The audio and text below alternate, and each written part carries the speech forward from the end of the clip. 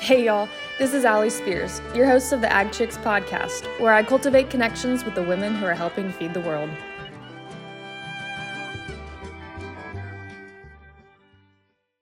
This episode of Ag Chicks is brought to you by Barn Owl. Well. Look who it is. Or should I say, hear who it is. I was going to do a very dramatic, chair spin in, because I was going to do a video recording of this, and then I decided that my office is a mess, and I don't feel like doing my hair. So we're going to kick it old school today. We're going to do a good old audio podcast voice recording, just like how it started way back when, 5 years ago, when I started Ag Chicks. So you might be thinking, what's going on? Did you die? Is Ag Chicks no longer a thing? What's happening? What's going on? So I do owe you guys a little bit of an explanation in that regard. Also, I have sat down 3, maybe 4 times now at this point to record this episode. And so that's honestly part of the reason this has gotten delayed. The relaunch of the season, if you will, has gotten delayed so many times because there's just been a lot going on. And I decided for the first time in my life, I was not going to force something and that I needed to let this happen organically because it would be forced and you would be able to tell and it would not be good. So, lots to catch up on. I hope you're ready to hear all the things that have been happening. Um, or if you're not, sorry, maybe this would be a good time to leave the episode. But lots to talk about. So, first things first, Ag Chicks did not end. I took a little bit of a hiatus.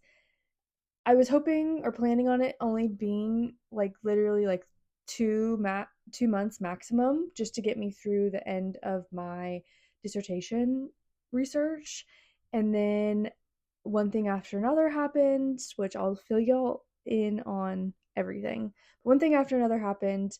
Things have just been insane lately, and it just kept getting pushed and pushed and pushed. And so I decided that I would record this, edit all of the episodes that I have already filmed that are ready to go, that have been literally just sitting waiting for this moment.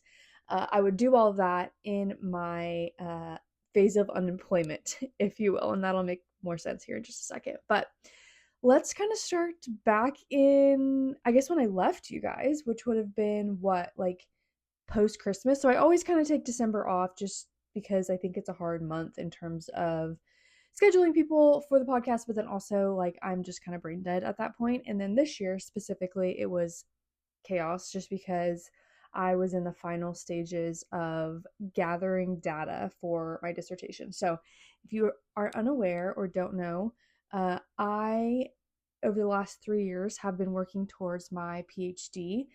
at Texas A&M in the Agricultural Leadership, Education, and Communications Department, which is again, literally the longest name ever, but it does encompass a lot of different aspects. And if you really think about it, they all kind of work together. So, anyways, I've been working on my I've been working on my PhD. And if you're not familiar with how PhDs work, so you have to do coursework first, and then you also have to do a research project. Now, every PhD program is different. Specifically for mine, I decided to not get my master's and just jump straight into my PhD program after I think I took one stats class and I was like, yeah, I'm going to need more knowledge here. So I changed my program.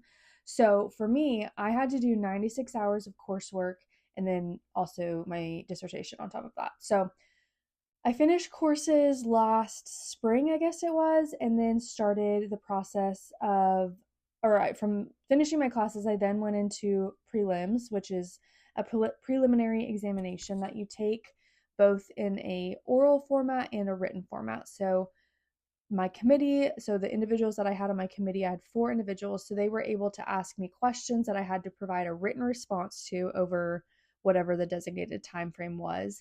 Then I had to go into a meeting basically with all 4 of them where they could then ask me any questions they wanted based off of majority. I kind of got I had a great committee and they they for the most part based those questions off of things I had written or things we had talked about. But hypothetically, they could have asked me literally anything.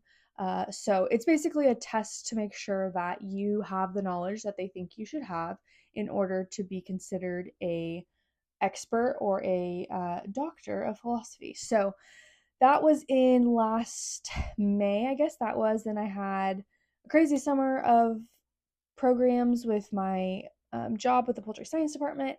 And then in September, I started my research data collection portion. So the information again that no one asked for, but I'm going to say it because I often get a lot of questions about like what my research was, what I did my dissertation on, and all of those things. So my PhD again was in ALEC. Let's just call it ALEC, which is like the acronym for the department.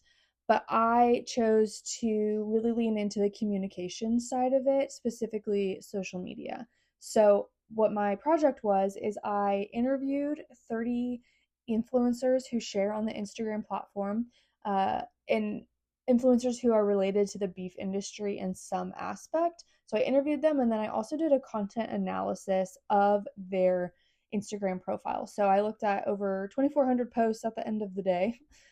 It did not take me a day, it took me several months to collect all of that data. And then I had a series of objectives that I was looking at. So I was trying to figure out why or how Instagram influencers related to the beef industry emerge on the platforms. I was connecting it back to theory. So, what things that they do in order to connect back to that specific theory that I was looking at, which was social influence theory. So, how do they create a kind of sphere of influence on their page and by the content that they're putting out, and then successful things that they're doing, or just kind of common themes and trends in the content that they were posting, and how the engagement was and all that kind of stuff. So it was a massive project. It was a lot of fun. I'm very glad it's over though, but after all of the work and time that went into it. So that was, I guess I started data collection in September.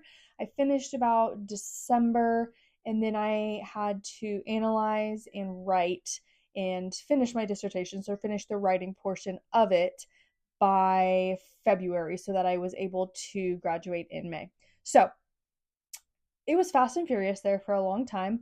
While I was doing all this, obviously still working full time, was still doing AgChicks things there intermittently, here and there, a couple different conferences and things like that. But the podcast definitely fell to the wayside. And I was very conflicted about that initially because I felt like I was kind of failing in something that I had committed to, but also, again, kind of going back to one of the original statements that I made in the start of this a few minutes ago, was it was feeling very forced for me. And at the end of the day, my priorities were just elsewhere, and I had to finish something that I had started. And so this just, again, kind of fell to the wayside, and that's okay because I feel like now I'm coming back fresh and ready to start again, but also make some changes that I hope you guys are excited for. So, kind of picking back up on the life update there. So, I defended my dissertation in February, and then I had some exciting things happen after that. So, if you're familiar kind of with my real job, my day job, I have worked as a program coordinator for the poultry science department at Texas A&M for the last 7 years. So I have focused on youth recruitment, youth program development, and really kind of getting youth excited for and excited about poultry with the end intention of coming to A&M and studying poultry science in the department. So that is what my full-time job has been for the last 7 years. I've absolutely loved it. I've loved being able to connect with youth and see a passion for agriculture in them. And as I finished the PhD, I also have had the opportunity to teach, which has been something that I kind of halfway through my PhD program realized that I had an interest in, and then was given the opportunity to do so with the poultry science department. And I totally fell in love with that. I knew that's exactly what I wanted to do when I finished my PhD, but didn't really have a plan in terms of what that looked like, how I was going to make that happen, and kind of honestly thought that maybe something would just transpire, or I just kind of would shift my role or my position a little bit. However, a position opened up in the department that I was getting my Ph.D. in. And so I ended up applying to that and ultimately getting the job. So I am very excited to announce that I will be transitioning, shifting, moving, I guess. I keep saying I'm moving across the parking lot to, again, the Ag Leadership Education and Communications Department at Texas A&M.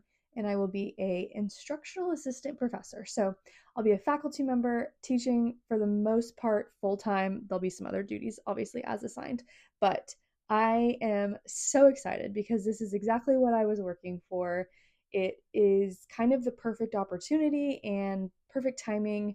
I'm definitely a firm believer that this was all part of God's plan, and it couldn't have worked out more perfectly. So that's also where I've been, and what I've been doing is trying to make that transition, going through all of the processes in terms of interviews and just kind of wrapping up final things here and there. Then had a very busy summer with poultry science to wrap up all of my programs with camps and leadership programs that I do, or that I had been doing, I guess, with poultry science. And then in July, I had the opportunity to travel to Greece with my mom, my cousin, and my aunt. And that was such a fun trip. We were gone for 10 days. We went to 6 islands, I think it was.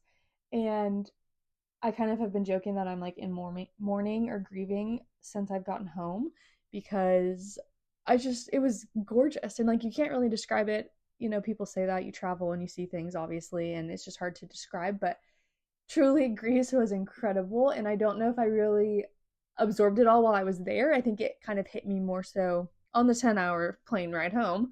But then also since I've been kind of back in my daily life, the water, can't even describe it. Pictures don't do it justice. I've never seen a blue like that. It needs its own color code, I think. It is just the most gorgeous colors you've ever seen. The people are so nice. The food is incredible. I would definitely go back. If someone was like, "Hey, here's a flight to Greece on me," I would be like, "Okay, when do I leave?" It was incredible. Can't wait to go back. Want to go back and want to visit more islands, but then also I think spend an extended amount of time on the ones that we did go to, because we were there for 10 days, and like I said, we went to a lot of different places over that 10 days.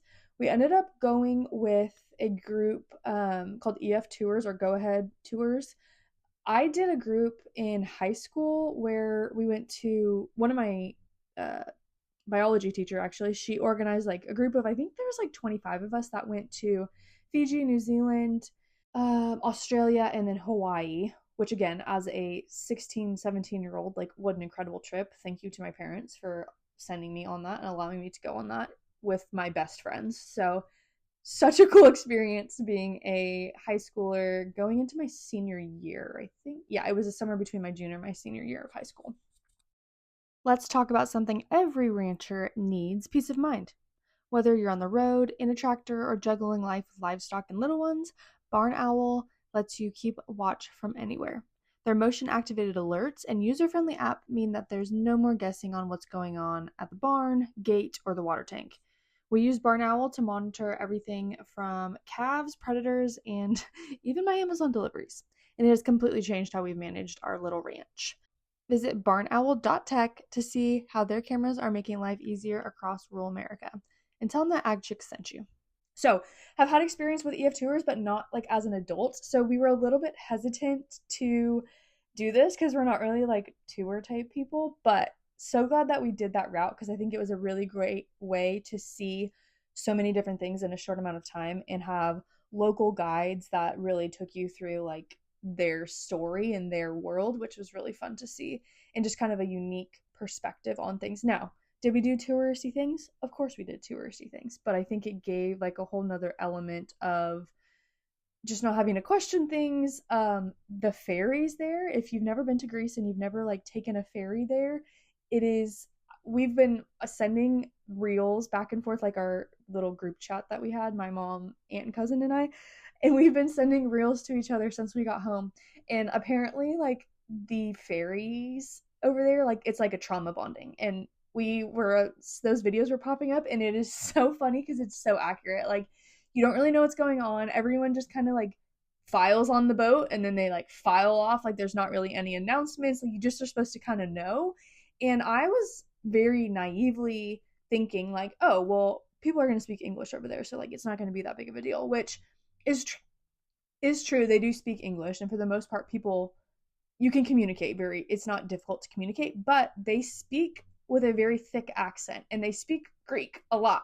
So having like no knowledge of the Greek language was very interesting because people would be saying things to you and you just be like, I have no idea what you're saying.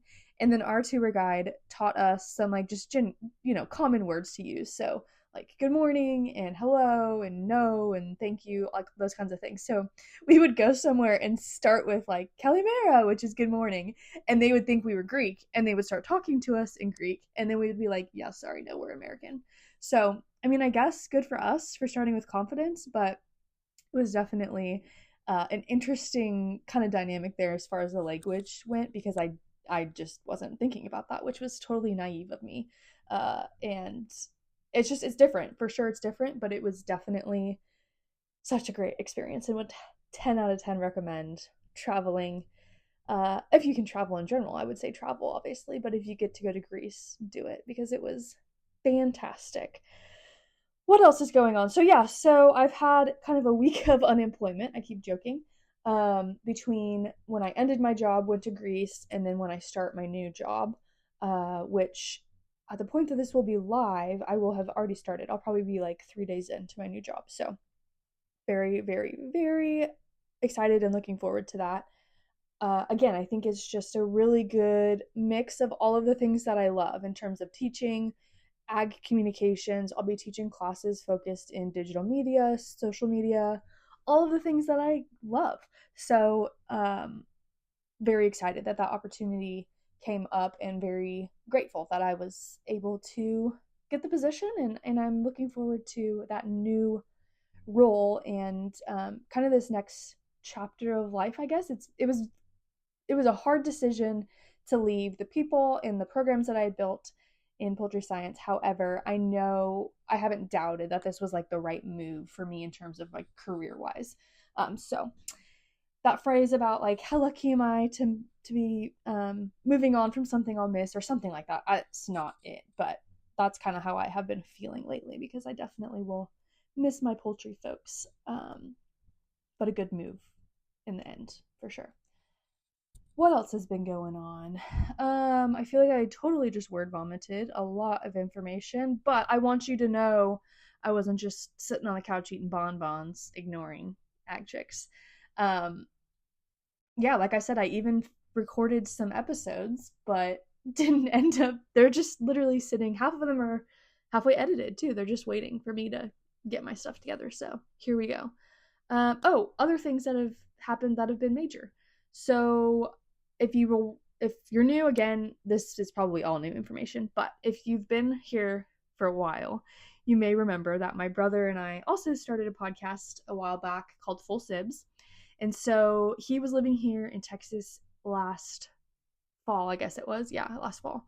Kind of in the off season of baseball for him. He is a professional baseball player. And so he was living in Texas. We did that. I guess it's been a year now since Full Sibs kind of took a break. We were doing the recordings. He went to Boise to play baseball, and then he ended up breaking his jaw. And then he moved to Texas, and we just didn't kind of pick it back up, which we need to. I need to text him after this and be like, hey, Full Sibs, we doing that or not? But he has had exciting things going on too. It's been a very crazy, exciting few months for the Spears family. So in February, he got a call that he had been signed by the Chicago Cubs. And so therefore he had to pack up and move to Arizona, which at this point he's not a stranger to having a suitcase ready to go. But he moved to Arizona for spring training. And then at the end of spring training, he was placed on their low A team. So if you're not familiar with baseball, it's kind of confusing, but I think a common misconception is, oh, he was signed by the Chicago Cubs, so he's a Chicago Cub, which yes, but no. So there's different levels to Major League Baseball. So there's the major leagues, the big leagues, right? So that's going to be like the Cubs at Wrigley in Chicago. Then underneath that, they have the minor league system. So he's in the minor league system. And so basically, when you get signed, you're trying to work your way up to be in the big leagues. So he is in low A right now. So the way the ranking goes is there's the big leagues, and then right underneath that is triple A, and then underneath that is double A, and then underneath that is A. And then A is split into low A, high A, and then underneath that is complex. So very, very confusing. It's like a whole different language, but he is currently in Myrtle Beach, South Carolina on the Pelicans. And so he's been playing baseball all summer. Well, I guess even longer than that. He started in April. So a few weeks ago in June, we took a trip out to see him play, and then also to see Myrtle Beach, which was really fun to see him in his element, but then also see a part of the country that I have not ever been to. I've been to North Carolina to see family, but I don't think I've ever been to South Carolina, so that was cool. Very cool place, super nice people. The beach literally right there, so you can't argue with, or not. It's hard to be not happy when you're literally right on the beach. So he has thoroughly enjoyed that, and then obviously his goal is to continue to work up. So we're hoping that he continues to do that and just kind of been along for the ride on that end. But then also that has kind of impacted a lot of things in our family in terms of travel, watching baseball every night, because they play 132 games, and he has transitioned from a starter pitcher to a closer pitcher. So we used to know exactly when he was going to play. Now it's kind of a wild card. So just kind of trying to keep up with that. The whole new adjustment of tracking and watching and trying to get service to make sure you can watch a game and all that kind of stuff has been different. So that's another layer to life, I guess you could say. What else? My mom and I, Drunk and Disorderly wise, in the spring, we are still setting up in Round Top, but we moved indoors. So a building opened up at the venue that we've been at for the last 5 shows, I think it's been. And so we were able to move indoors and up to the road. So that was a really, really big move for us. Having AC in heating is fantastic, especially in Texas. Keeping the antiques out of the dust and the wind and the dirt and all the stuff that happens at Round Top was also a game changer for us. And just being able to leave our stuff was massive. So it takes a lot of pressure off of both of us in terms of just like the setup and takedown process that Round Top is. And then also knowing that for the time frame of the show, like we're set. Like we have everything we need. We don't have to move things around constantly. And so that was, again, game changer for us in terms of just feeling like we can do Round Top to its fullest. And so it's been fun to kind of learn the space and decide what we want to do with it. We're still kind of figuring out the vibe we want, and I think it'll continue to evolve, obviously, with every show. But that has been something that was not really on our radar. It happened at the end of the last fall show, and then we were fully moved in the spring show, obviously. So this fall will be our first show, or excuse me, our second show, but our first fall in the building. So if you are near Round Top, Texas, come see us, because we'd love to say hello. Come shop with us. We've got all of the good junk and disorderly things, and then also some Ag Chicks merch is in there as well.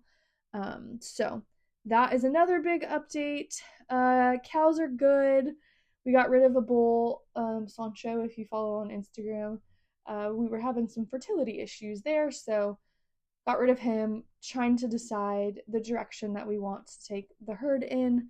Would love to make it more of a progressive, purebred operation, so we're going to shift a little bit in that regard. But again, because there's been so many things going on, unfortunately, the cows have kind of also taken a backseat to things. But looking forward to having some more time to dedicate back to the cows, back to Ag Chicks, back to content, back to all of the things that I really enjoy and that I've kind of been missing out on or pushing off, I guess you could say, over the last couple months. So great timing for all of that, and looking forward to it. And so I guess that brings me back to the podcast. So I have thought long and hard about, do I want to keep doing it? What does this look like moving forward? What are my goals with the podcast? And honestly, I feel like at this point I couldn't not do it, just because it's become something bigger than I had ever imagined. However, I do feel like it needs a refresh. It needs a change. I want to do something different with it. So my plan moving forward is to continue to have guests and continue to share their stories. But once a month, I would like to have a expert focused dedicated episode, to where I bring in someone who is either science related, someone who is an expert in whatever the topic may be. And I want the topics to be trending, things that people have questions about, things that they want to learn more about. So I think I kind of grace over that in some of the episodes, but I don't know if I really get into the nitty gritty of some of the expert level knowledge that some of the guests have. And so I want to go deeper, because I think we're in a time, right, of society where we want to know more about where our food's coming from. We have questions, we don't know who to ask. And I think there's a lot of distrust to the media, to individuals. And so I think there's room for an opportunity within all of that for me now, understanding the research side of things and having connections there to really kind of start some of those conversations that sometimes are scary or sometimes don't make any sense and are even like myself over my head. But being able to kind of have that information broken down in an episode on a podcast where you can listen to it and get to know the individual, obviously, still, but then also get some questions answered about some stuff. So that's my plan moving forward.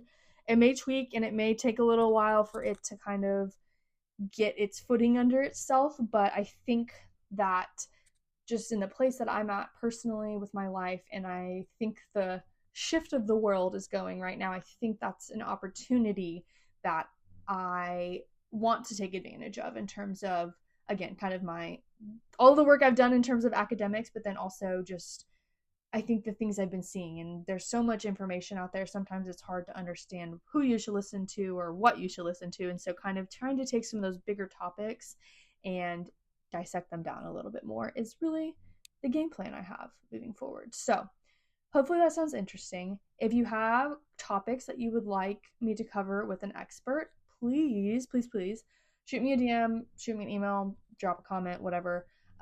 Would be happy to dig into that, and that helps me to kind of plan and go in the directions that you all as listeners are interested in.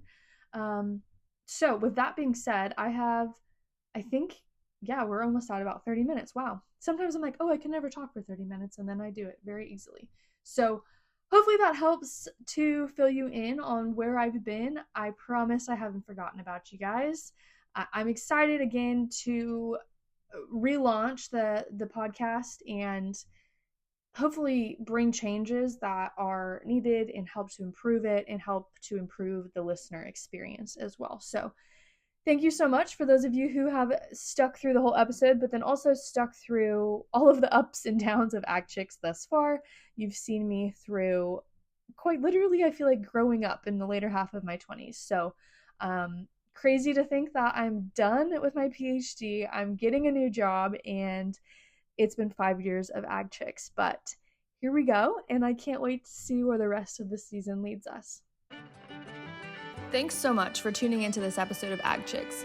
Don't forget to follow along on social media at Ag Chicks for more agricultural related content, and also be sure to check out your favorite podcast gear from www.agchicks.net. We'll see you next time.